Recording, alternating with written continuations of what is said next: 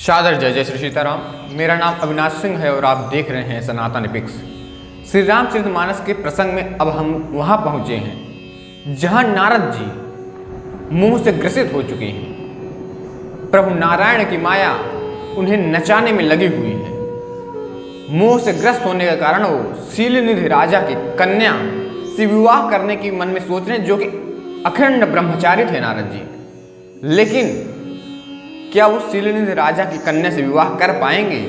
अपने भक्त को मोह से कैसे निकालते हैं प्रभु नारायण, आइए आगे हम जानते हैं। रामाय रामभद्राय रामचंद्राय वेधसे रघुनाथाय नाथाय सीताय पतये नमः।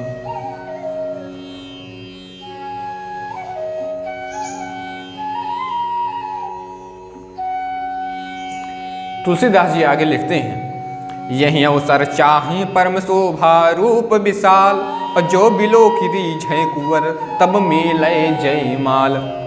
इस समय तो बड़ी भारी शोभा विशाल सुंदर रूप चाहिए। नारद जी मन ही मन सोच रहे हैं, मुझे ऐसा रूप चाहिए जिससे देखकर राजकुमारी मुझ पर रीझ जाए और जयमाल मेरे ही गले में डाल दे। हरिसन मांग्यो सुंदरताई हुई जान गहर अति भाई, मोरे हिति हरिसम नहीं को यही अवसर सहाय सोई हो। एक काम करूंगी, भगवान से सुंदरता मांगू, पर भाई उनके पास जाने में तो बहुत देर हो जाएगी। किंतु श्री हरि के समान मेरा हित भी कोई नहीं है, इसलिए इस समय वो मेरे ही सहायक हूँ।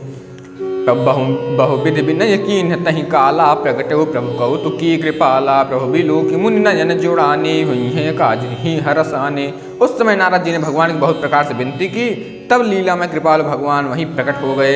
स्वामी को देखकर नारद जी के नेत्र शीतल हो गए और मन में बड़े ही हर्षित हुए। और अब तो काम ही बन जाएगा। यति आरत कहीं कथा सुनाए, करहु कृपा करी हो सहाय। यापन रूप देहि प्रभु मोहि, आन भांत नहीं पाव ओहि। नारद जी ने बहुत 8 दिन होकर सब कथा सुनाई और प्रार्थना की, हे प्रभु हे कृपा निधान, कृपा कीजिए, कृपा करके मेरे सहायक बनिए। हे प्रभु आप अपना रूप मुझको दीजिए, और किसी प्रकार मैं उस राजकन्या को नहीं पा सकता। जहि विधिनाथ हो हित मोरा, करहूँ सो बेग दास मैं तोरा। निज माया बल देख विशाला, ही हंसी बोले दीन दयाला। हे नाथ, जिस तरह मेरा हित हो आप वही शीघ्र कीजिए, मैं आपका दास हूँ। आपकी माया का विशाल बल देखकर, अपनी माया का विशाल बल देखकर दीन दयाल भगवान मन ही मन हंसकर बोले, जह विधि हुई है परम हित नारद सुनहु तुम्हार। होय हम सोई हम कर बनयान, कछु बचन न मृषा हमार। हे नारद सुनो, जिस प्रकार तुम्हारा हित होगा हम वही करेंगे, दूसरा कुछ नहीं। हमारा वचन असत्य नहीं होता। आगे गोपथ माग रुज व्याकुल रोगी, वैद न देहि सुनहि मुनि जोगी। यही विधि हित तुम्हार मज ठयऊ, कहि इस अंतर हित प्रभु भयऊ। हे जोगी मुनि सुनिए, रोग से व्याकुल रोगी कुपथ मांगे तो वैद्य उसे नहीं देता। इसी प्रकार मैंने भी तुम्हारा हित करने की ठान ली है। ऐसा कहकर भगवान दीन दयाल अंतर्धान हो गए। माया विवश भये मुनि मूढ़ा, समुझी नहीं हरि गिरा निगूढ़ा। गमने तुरत तहाँ ऋषि राय, जहाँ स्वयंवर भूमि बनाई। भगवान की माया के वशीभूत हुए मुनि ऐसे मूढ़ हो गए कि भगवान में अगूढ़ स्पष्ट वाणी को भी न समझ सके। ऋषिराज नारद जी तुरंत वहां गए जहां स्वयंवर की भूमि बनाई गई थी। निज निज आसन बैठे राजा, बहु बनाव कर सहित समाजा। मुनि मन हरस रूप अति मोरे, मोहित आन ही बरही न भोरे। राजा लोग खूब सज धज कर समाज सहित अपने अपने आसन पर बैठे थे। मुनि नारद मन ही मन प्रसन्न हो रहे हैं। आहा, मुझे तो भगवान का रूप मिला है, मेरा रूप बड़ा सुंदर है, मुझे छोड़ कन्या भूल कर भी दूसरे को न बरेगी। मुनिहित आरण कृपा निधाना, दीन कुरूप न जाय बखाना। सो चरित्र लखि काहू न पावा, नारद जान समहि सुरुनावा। कृपा निधान भगवान ने मुन के कल्याण के लिए उन्हें ऐसा कुरूप बना दिया जिसका वर्णन ही नहीं हो सकता। पर यह चरित्र कोई भी न जान सका, सबने उन्हें नारद ही जानकर प्रणाम किया। एक बात यह अकाट्य सत्य है, प्रभु अगर अपने भक्त के अंदर अहंकार को देखते हैं, मोह के प्रति आसक्त देखते हैं, तो उसका इलाज ऐसे करते हैं कि वह रोग भी उसके शरीर से दूर हो जाता है और उसकी निंदा भी समाज में नहीं होती। इसीलिए तो नारद जी को जो वेश बनाया, जो रूप दिया उनको, वो कोई और नहीं देख पा रहा है, केवल वो सब नारद जी को देख रहे हैं कि नारद जी आए हुए रहे। तहाँ दुई रुद्रगण जे ते जाने सब भेव, विप्रवेश देखत फिरत परम कौतुकी देव। आगे देखिए, वहां 2 शिव जी के गण भी थे। वे सब भेद जानते थे। ब्राह्मण का वेश बनाकर सारी लीला देखते फिरते थे। वे भी बड़े मौजी थे। केवल कौन जान पा रहा है वो वेश जो प्रभु नारायण ने नारद जी को दिया है, केवल शिव जी के 2 रुद्रगण थे वही देख पा रहे हैं। जही समाज बैठे मुनि जाए, हृदय रूप अहिमित अधिकाये, तहाँ बैठे महेश गण दो, विप्रवेश गति लखइन को। नारद जी अपने हृदय में रूप का बड़ा अभिमान लेकर जिस समाज पंक्ति में जाकर बैठे थे, वे शिव जी के दोनों गण भी वहीं बैठ गए। ब्राह्मण के वेश में होने के कारण उनकी इस चाल को कोई न जान सका। करहीं कूटे नारद ही सुनाए, नीक दीन हरि सुंदरताई, रीझई राजकुंवर छवि देखी, इन्हीं बरही हरि जान विसेखी। वे नारद जी को सुना सुनाकर व्यंग वचन कहते थे। भगवान ने इनको अच्छी सुंदरता दी है, इनकी शोभा देखकर राजकुमारी रीझ ही जाएगी और हरि वानर जानकर इन्हीं को खास तौर से वरेगी। मुन ही मुँह मन हाथ पर आए, हसहि शंभु गण अति सचुपाए, जदपि सुनहि मुनि अटपट बानी, समुझि न परहि बुद्धि भ्रमसानी। नारद मुनि को मोह हो रहा था क्योंकि उनका मन दूसरे के हाथ माया के वश में था। शिव जी के गण बहुत प्रसन्न होकर हंस रहे थे। यद्यपि मुनि उनकी अटपटी बातें सुन रहे थे, शिव जी के जो रुद्रगण थे वो मुनि को ही अटपटी बातें सुना रहे थे, पर बुद्धि भ्रम में सनी होने के कारण वे बातें उनकी समझ में नहीं आती थी। काहू न लखा सुचरित विशेखा, सो स्वरूप नृप कन्या देखा, मरकट बदन भयंकर देही, देखत हृदय क्रोध भाते ही। इस विशेष चरित्र को और किसी ने नहीं जाना, केवल राजकन्या ने वह सब देखा। और जो शील निधिना राजा की कन्या थी वह मुनि जी का वचन देख ली। कौन सा मुख देखी उनका बंदर का समूह और भयंकर शरीर देखते ही कन्या के हृदय में क्रोध उत्पन्न हो गया। प्रभु नारायण ने उनको बंदर का मुख दे दिया था। सखी संग लय कुंवर तब चली जन राजमराल, देखत फिर महीप सब कर सरोज जयमाल। तब राजकुमारी सखियों को साथ लेकर इस तरह चली गई मानो राजहंसनी चल रही है। वह अपने कमल जैसे हाथों में जयमाला लिए सब राजाओं के देखते हुए घूमने लगी। जह दिस बैठे नारद फूली, सो दिस तहि न बिलो की भूली, पुन पुन मुन ओह सही कुलाए, देख दशा हर गण मुस्काए।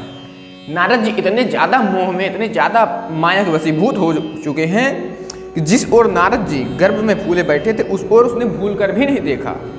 नारद मुनि बार बार उचकते और छटपटाते हैं। उनकी दशा देखकर शिव जी के गण मुस्कुरा रहे हैं। नारद जी सोचने लगता है मैं उसकी नजर में नहीं आ रहा हूँ, उसने मुझे देखा नहीं, यही अकुला रहे हैं वो।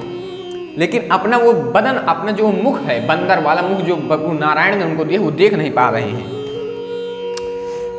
धरे नृप तनु तह गए कृपाला, कुंवर हसहि में लेउ जयमाला, दुल्हन लई गए लक्ष्मी वासा, नृप समाज सब भयउ निराशा। कृपाल भगवान भी राजा का शरीर धारण कर वहां जा पहुंचे। राजकुमारी ने हर्षित होकर उनके गले में जयमाल डाल दी। लक्ष्मी निवास भगवान दुल्हन को ले गए। सारी राजमंडली निराश हो गई। प्रभु खुदे राजा बनकर बैठे और वो शीलनिधि नाम की कन्या का वर्ण उन्होंने किया। मुनि अति विकल मोहि मति मनाठी, मन गिर गई ये छूट जनु गांठी, तब हर गण बोले मुस्काए, निज मुख मुकर बिलोक हो जाई। मोह के कारण मुनि की बुद्धि नष्ट हो गई थी। इससे वे राजकुमारी को गई देख बहुत ही विकल हो गए, मानो गांठ छूट कर मड़ गिर गई हो। तब शिव जी के गणों ने मुस्कुराकर कहा, जाकर दर्पण में अपना मुंह तो देखिए। इतना कहते ही अस कही दो भाग्य भय भारी, बदन देख मुनि बार निहारी, बेश बुलो के क्रोध अधि बाढ़ा, तिनहि सराप दीन अति गाढ़ा। ऐसा कहकर दोनों बहुत भयभीत होकर भागे। मुनि जब अपने जल में झांक कर अपना मुंह देखते हैं तो क्या देखते हैं? अपना रूप देखकर उनका क्रोध असीम बढ़ गया। उन्होंने शिव जी की उन गणों को अत्यंत कठोर शाप दिया। क्या सा दिया? हो हुनि साचर जाय तुम कपटी पापी दो, हंसे हम ही सो लेहु फल बौर हंसे मुनि को। तुम दोनों कपटी और पापी जाकर राक्षस हो जाओ। तुमने हमारी हंसी की, उसका फल चखो। अब फिर किसी मुनि की हंसी न करना। पुनि जल दीख रूप निज पावा, तदब हृदय संतोष न आवा, फरकर अधर कोप मन माहि, सपद चले कमलापति पाहि। मुनि ने फिर जल में देखा तो उन्हें अपना असली रूप प्राप्त हो गया। तब भी उन्हें संतोष नहीं हुआ। उनके ओठ फड़क रहे थे, उन्होंने मन में क्रोध भरा था। तुरंत वे भगवान कमलापति के पास चले। क्रोध इतना प्रगाढ़ था कि उन्होंने शिव जी के रुद्रों को भी श्राप दे दिया और उसी क्रोधावेश में वो भगवान कमलापति के पास चल दिए। दइहों श्राप की मरी हो जाए, जगत मोर उपहास कराई, बीच ही पंथ मिले तनुजारी, संग रमा सोई राजकुमारी। मन में सोचते जाते थे, जाकर या तो साप दूंगा या प्राण दे दूंगा। उन्होंने जगत में मेरी हंसी कराई। दैत्यों के शत्रु भगवान हरि उन्हें बीच रास्ते में ही मिल गए। साथ में लक्ष्मी जी और वही राजकुमारी थी। बोले मधुर बचन सुरसाई, मुनि कहाँ चले बिकल की नाय, सुनत बचन उपजा अति क्रोधा, माया बस न रहा मन बोधा।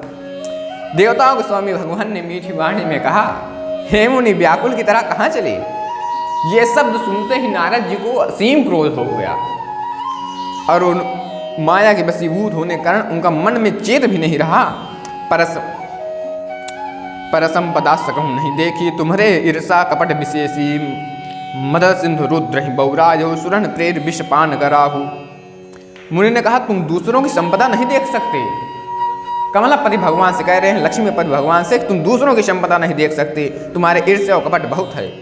समुद्र मथते समय तुमने शिव जी को बावला बना दिया और देवताओं को प्रेरित करके उन्हें विषपान कराया।